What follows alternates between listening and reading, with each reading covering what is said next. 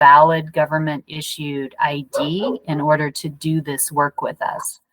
But unfortunately, it's not unusual that they are able to enter establishments and make it all the way to the bar to purchase a tobacco product without being carded. Any other questions before we move on to the next slide? Okay, Emily.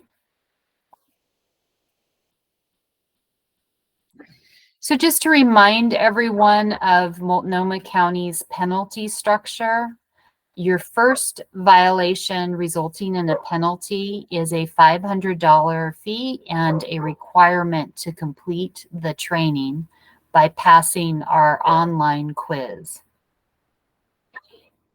It's important to know that if you fail your youth inspection, instead of only being visited once a year, we will come back in the next 3 to 6 months to re-inspect your store, your facility, your establishment, to ensure that you are now in compliance after receiving your first penalty for a minimum legal sales age violation. We want to make sure that the message is in place for you and all of your staff that ID must be checked and you must do everything to ensure that you are not selling to an underage customer. If we come back, and unfortunately this does happen, another sale happens, you move to the second tier of our penalty structure, and that is, as Eric was speaking of earlier, a license suspension. So it's not only the $500 fee again for the penalty, it's also a 30-day license suspension. And that means 3 things: that there's no sale of tobacco or nicotine products, that you must post signs that we provide to you so that your customers are aware of your suspension, and that no tobacco or nicotine products can be in view of your customers during that 30-day license suspension. And oftentimes that is where I do get questions. So I'll spend a moment just talking about no tobacco or nicotine products on view of customers. That is the language in our rules. That does not mean that you have to remove your products from your facility, although we do recommend that. What it does mean, if you have a power wall behind your register, that would be covered in some way so that the products on your shelves are not visible to customers. And I don't know in the presentation here, Emily, if we have any pictures of what that suspension state looks like. I think I may not have it in here. Okay, that may be something to add at some point. So in terms of the penalty structure, just to go back, we'll continue to re-inspect until you come into compliance, and then we will move to visiting you again on an annual basis for that youth inspection. However, if you continue to violate and be issued penalties, you will move through this structure in 5 years. So the third time there's a violation of your license rules, it then moves to a $750 penalty fee and a 90-day suspension. And unfortunately, we have reached a 4th violation resulting in the 4th penalty, which is a $1,000 penalty fee and revoking the license, meaning no longer can you sell tobacco products for 2 years. So I'll pause there in case there are any questions about this penalty structure.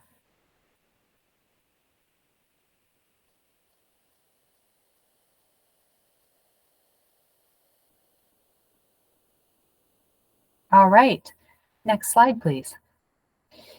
So it's important that you know you have the right to appeal any notice of penalty you are sent by our program. And I will share with you, in terms of delivering notice of penalty to our license holders. The first time you have a violation resulting in a penalty, we will mail that via certified mail. So very important that if you receive a green postcard notifying you that you have a certified mail package from Multnomah County Tobacco Retail Licensing, I would urge you to get to the post office or work with your postal worker to get that delivered and signed for as soon as possible. The reason that's important is because you only have 10 days from the notice of penalty to file your appeal with us. So it's important that as soon as you receive notice, certified mail, that means it's not good news. The only reason we use certified mail is because we are serving you with a notice of penalty. So be aware of that. You have 10 days to file your appeal by completing the application for an appeal and paying a $50 processing fee with our office. It's important that you know that if you decide to file an appeal for a penalty, what that means is that you as the license holder and or your attorney are responsible for presenting evidence to our hearings officer that shows that the violation that we have issued a penalty for did not actually occur in your store. You must have evidence. We often hear from our retailers when we go to hearing about all of the things they have done since receiving their notice of penalty, for example, selling to an underage customer, to prevent it from happening in the future. However, that does not mean that the original violation and resulting in a penalty did not occur. That just means that you are demonstrating you're taking action to prevent that from ever happening again. And while we appreciate that very much, in fact, our judge does not. Our judge is only there to decide, did the penalty, the violation, occur at the facility as Multnomah County says or not? Is it a valid penalty? That is the question before the hearings officer. That is the only question he can decide. That is the only question that he has authority to decide. So we also often have retailers that file an appeal and come before the hearings officer to ask for forgiveness based on all of the preventative measures they put in place at their store and to seek a fee reduction. Our hearings officer does not have the authority to reduce a penalty fee. In fact, no one does, because our penalty fees are set in resolution by the Multnomah County Board of Commissioners. So we have no discretion to change those fees. We can enter into a payment plan if that is helpful to your business, but we cannot reduce the penalty fees, nor can our judge. So I will just pause there and see if there are any questions about appeals.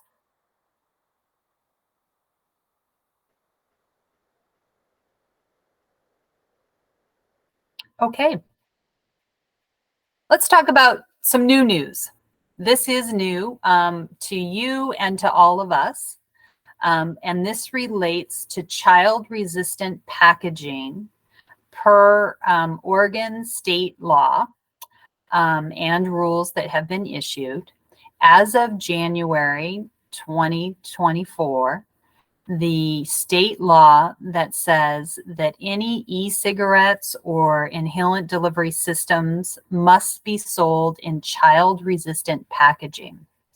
And the way we're going to check your compliance on this is whether or not you have a letter or documentation from a manufacturer stating that the packaging you're selling products in is in fact child resistant.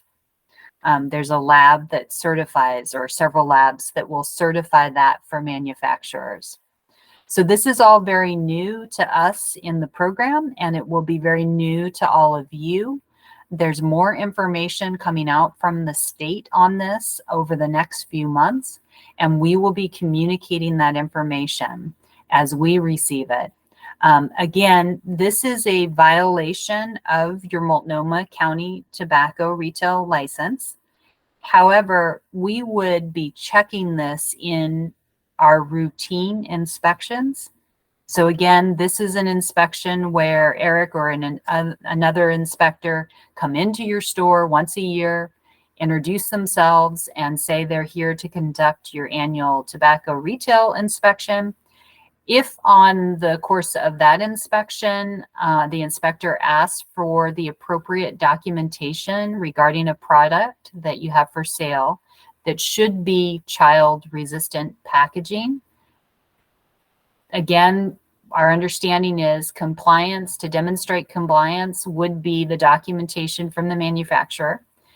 If you or your employees are unable to locate that documentation at the time of the inspection, we would then mark a violation and enter remediation. In this case, remediation would be to secure a copy of your documentation from the manufacturer stating that the packaging is in fact certified to be child resistant. You would have 15 days to find that documentation. We've not made a plan yet for whether or not we will receive that documentation, for example, via email. But that would probably be the easiest for you and for us if that is the remediation that's required starting next year. So I will pause there and see if there are any questions about this new requirement that will go into effect January of 2024.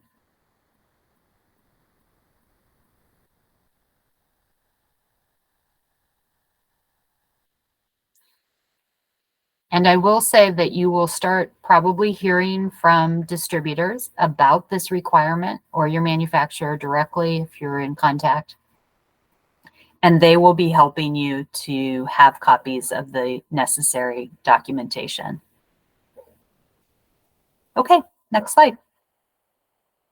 Eric?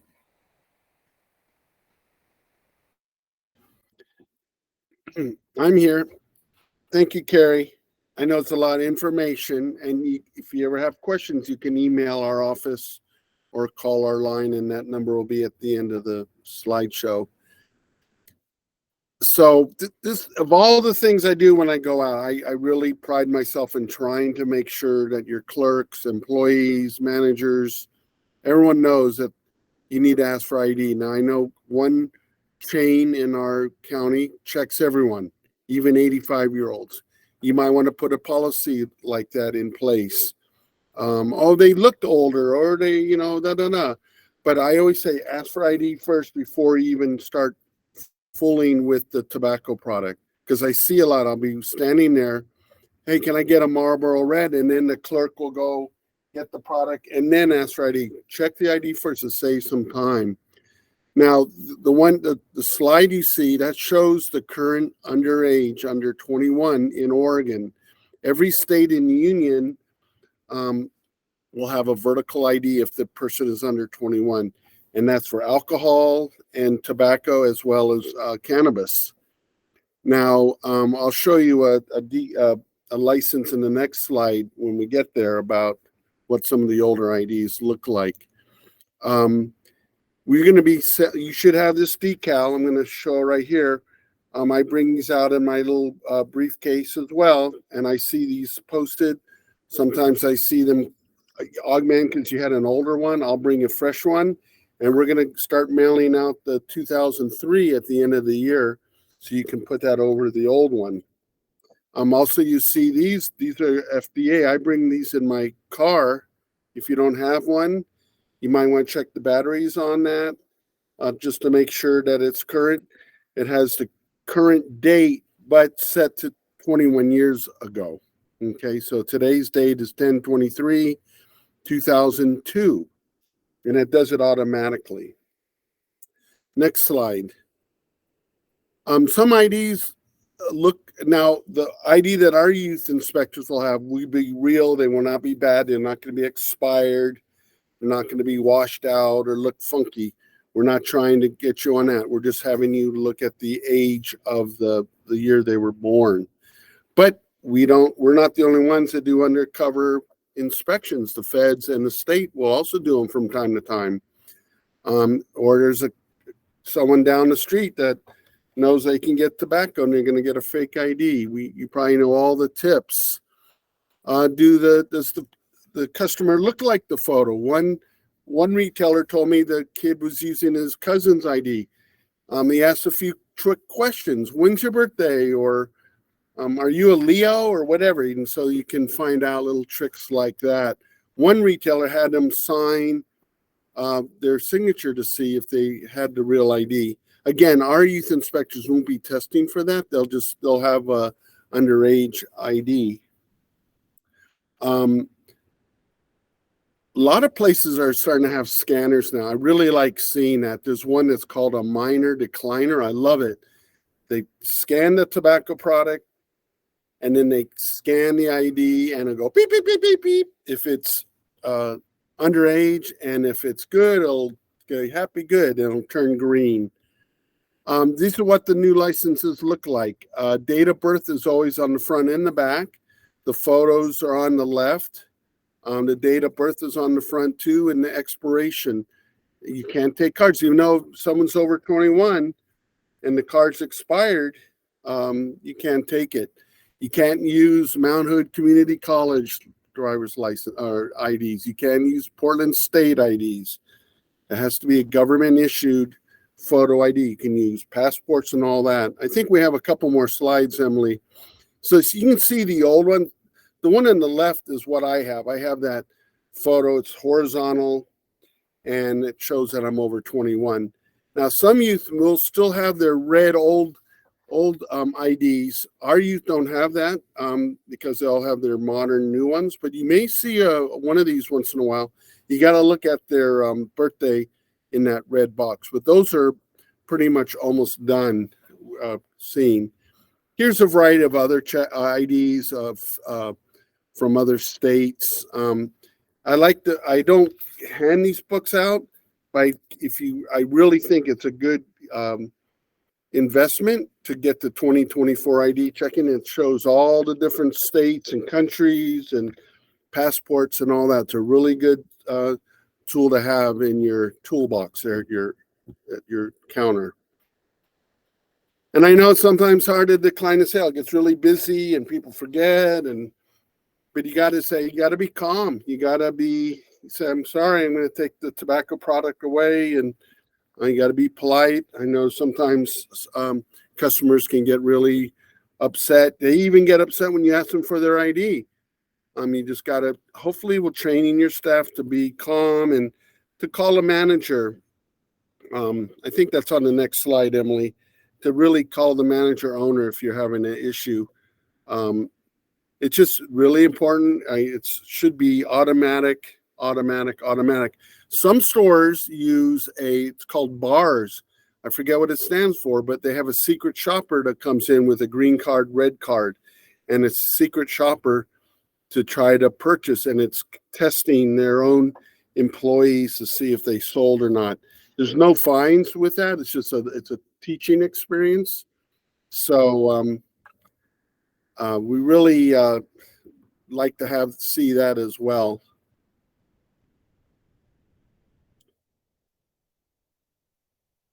This is what your license looks like. Sometimes I see a white copy, which is fine. You print it off your email and you put it up. The two things here is the big date. It says right here 2024, and then you need to put it in the location that everyone can see it. Sometimes I see it down the hall by the restroom. That's fine, as long as your customers can see the sign, the license. It's fine. Seeing in the windows, it should be right there somewhere that everyone can see it. It should be up to date. And we've been having little issues lately to try to get current licenses out. We're please be patient with us. We're working as best we can with some staffing challenges. And the next slide, you can see where's the actual expiration date. It's, I don't know if it's right there, but it's expiration date is right to the left of that arrow. And I really recommend you get it done a couple months. So if your license is due in July 2024, don't wait till the end of June.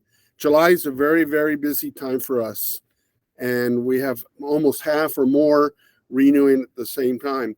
If you renew in May, you're fine. You're not going to get a May 2025. You're going to get a July 2025. So going earlier doesn't mean you're going to lose a couple months. That license is good for 12 full months. It's really a busy time from June, I would say, all the way to October. It's a real busy time. And you cannot transfer it to another business. Let's say you want to open up another shop, which a lot of our owners own multiple stores. You can't use that for all the stores. You got to let us know if you do sell the business or you're moving or something or change of ownership. And you need to have a separate license for each of those businesses. I think we have a quiz coming up, right, Emily? So which is it, number 1 or number 2? Which is the correct answer?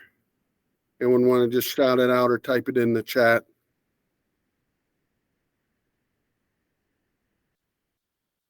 Okay, time's up. Everyone failed. Nope, not a lot. Very good, Mallory. Thank you, Mallory. Normally when we do these in person, we have some role playing and we bring lots of goodies and all that. So it's a little, we're challenging using Google Meet, but you're correct. You got to have one business gets one license. Next slide. The other sign you need to have is this blue state sign. It says the sale of tobacco products and inhalant delivery systems to person under 21 is prohibited. It looks just like that. It can be a photocopy of it, or you can print your own. Now this, I see this missing all the time. You can print your own. One business has it worded like the one on the bottom right, which is fine. I'll look for it if you don't have the blue sign, but I will bring those with me. I have plenty of them. I have them in different languages too. I have Vietnamese, Chinese, Korean, and Spanish. And so if you need a couple, I'll bring them for you. There's no fee for it. Sometimes I see 3 or 4 of them. That's fine, but there's only one is required. Again, we talked about where should it be. On the slide on the left shows looks like a break room with the mail slots, and then the other slide is behind the counter. Which is the correct? I bet Mallory's got the answer to this one too, Mallory. Which is the correct? Brandon, you get it. Okay, thank you, Brandon. Yep, I do see it in the office sometimes, or in your files, or it's hidden behind the OLCC license. It needs to be visible. So if you go check later to see your license is posted correctly and it's not covered by a wall or tobacco products or another certification. So thank you, Brandon and Mallory, for getting the correct answers. I know there's a lot going on at your stores. Now, this is additional signage is needed, and I usually check for this too. It's the Indoor Clean Air Act, and these will be on the door. Now, I know a lot of businesses will put their own decals up, which is fine. It has to have within 10 feet. It's a state requirement. And as well, not having ashtrays on the wall or a big trash can with a ashtray right by the front door. This is a state sign, and I'll let your clerk or manager know that, and I'll bring these decals as well. If you have a little bench out there to sit on, I have tables that say no smoking at this table or bench. So we'll kind of work with that. There's no fines for that. It's just kind of educational here. Maybe your sign looks old and peeling off or non-existent. We'll give you a new sign. And just to make sure your ashtrays aren't in that 10-foot zone. So we're done, Carrie and Emily. Do you want to start with number 1? Sure. We are wrapping up, and then of course we'll have time for any additional questions here. But just in terms of an overview of the rules of Multnomah County's tobacco retail licensing, you must have a current tobacco retail license issued by Multnomah County if you are selling tobacco or nicotine products anywhere within our jurisdiction. And before you go on, before you read number 2, Eric, just a reminder to everyone that the state of Oregon does have a tobacco retail licensing requirement now.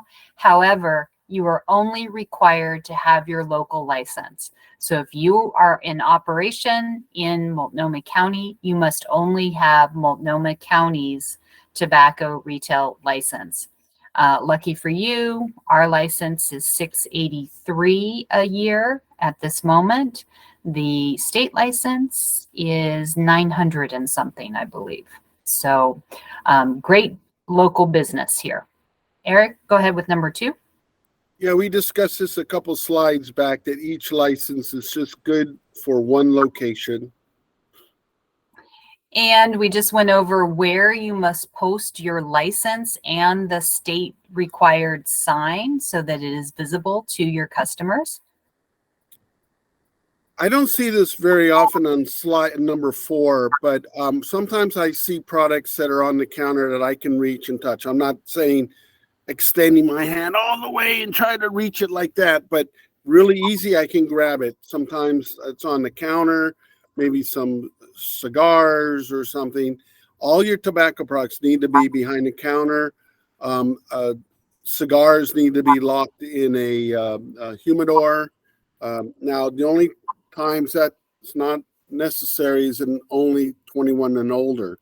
But you have to have the sign on the door that says no one under 21 allowed.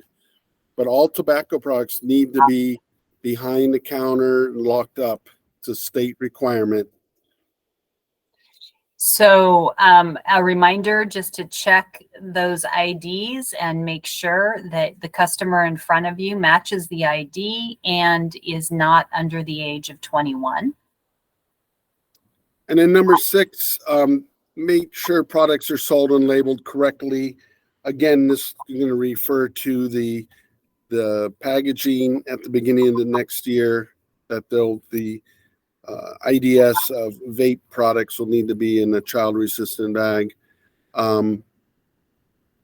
Sometimes products in the old days, they weren't labeled right. They were like Marlboro Lights and all that. We don't really see that very much anymore. So, and then finally, number 7, Carrie, is that we need to renew your license each year on time. And I mentioned that before, to do as much anticipation you can for the coming months. Do it 2 months ahead of time. Our system sends you automatic renewals notifications. So starting 90 days prior to your expiration date. That's as a courtesy. It is the responsibility of each retailer to know their expiration date. Again, it is printed on your license. Eric showed it earlier in a slide. It is the second line from the bottom on the right-hand side. It says expiration. And then, of course, the watermark on the back of the license, as Eric pointed out, tells you the month and the year of your expiration of your license. Your license is good for 1 year, 12 months from the date of issue. Your original issue date is always listed on your license, as well as your expiration. Next slide, Emily. Oh, a quiz. Eric, do you want to take the quiz? So we talked about rechecks earlier. When would I come back? So I've been to your store either virtually or in person. You didn't have the license posted correctly. Sometimes people have loosies, and I haven't seen this in quite a while, but they'll have them in a little cup or something where they'll have some loose cigarettes in there. And I'm not talking about the wrapped Swisher Sweet types, but those don't need to be on the counter, okay? But you cannot say, hey, can I get 1 cigarette from you? But it used to be a real big issue. Maybe you had tobacco products on the counter where it easily could be taken, or which I've never had. I've never been denied access to a site, or all of them. These are some of the ways that a recheck can happen. Anyone want to know which is the right answer? Brandon, you're acing the test here. You're correct. All those are reasons for that star should have went down to number 5. I don't know. We're having trouble with our animation on my slide. At least it looks like it stopped at number 4. Correct. All those. And like I said, the one that gets me to come back the most is number 1. And 3, the having tobacco products accessible. I see that maybe very rarely now. People kind of, and usually that's fixed with a wall or a plexiglass or something like that, or moving the product. So thank you for your correct answer. And then here we're going to turn it over to Emily to talk about the rest of the training. Thank you, Emily. Of course. So our online quiz is what you'll need to take if you have a mandatory training requirement from a penalty. You can also use it as a way to measure your knowledge for your employees anytime you want. It's available at the link posted here or at that QR code. And when you take it, you'll be entering your email and you'll know right away whether you pass or not. If for some reason you needed to take it a second time, that is allowed. And when you have passed it, you'll receive a certificate from us. And if you weren't able to come to one of our scheduled trainings, or your employees weren't, they could always access our online study guide. That's at the same at our web link. Any questions about the online quiz? Yeah, is it just one person needs to take it, or do all staff members need to take it? We leave that to the business discretion. We need at least one person to take it. Some businesses have everyone take it. Or every new employee take it. It's kind of a tool to use as you like, but to meet the minimum requirement for a mandatory training, you just need one person to pass it. Thank you. Of course. I do want to say something about that, Emily. We've had requests to come out to do a training in the field at the place of business. And what we usually do is maybe the manager or owner comes and runs the cash register, and then the 8 or 9 staff will be outside or somewhere not to block access to your customers. Customers always come first. When I come out, I step aside, wait for you to do your business. Sometimes I'll be in a business 30 minutes waiting for your line to finish up. So customers always come first. But I can come out, or Emily can come out. We can do a training, hands-on, talk about ID checking, do some role playing, and those have been a lot of fun to get to meet everyone and get a lot of good questions. So let us know if you feel you need us to come out and talk to everyone. We'll just need to put it on our calendar. We need usually about 2-3 weeks to plan out for that. So please take that opportunity if you feel like you need it. And you reminded me that we can also give you the quiz in a written format if for some reason internet access is an issue, or you come to one of our in-person trainings that we have occasionally. So that's also an option you can request. Any other questions about the quiz? What languages is the quiz available in? Right now online it's available in English and Korean. We can also make it available in others if requested.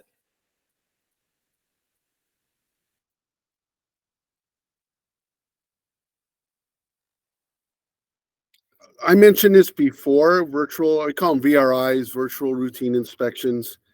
Now I wouldn't want to do this 2 or 3 years in a row. We were doing it during COVID, but it's really cool because it's choose a time that's most convenient for your manager or your owner, whoever you feel wants to do the inspection. Can choose the most convenient date or time. We don't have every day available.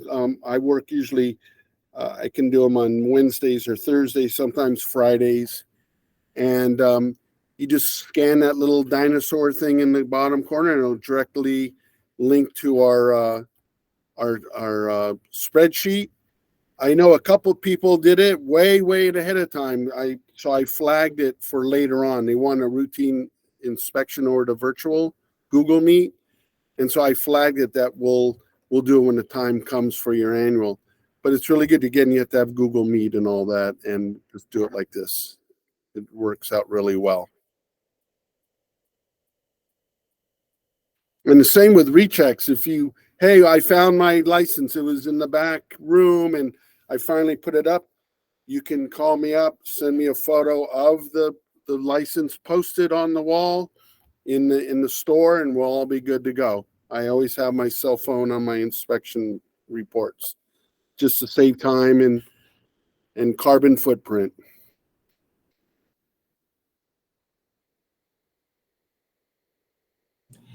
Eric mentioned earlier that we've been having some delays to staffing issues. So just want to acknowledge that if you are having trouble getting something, we apologize. We're working hard to get caught up.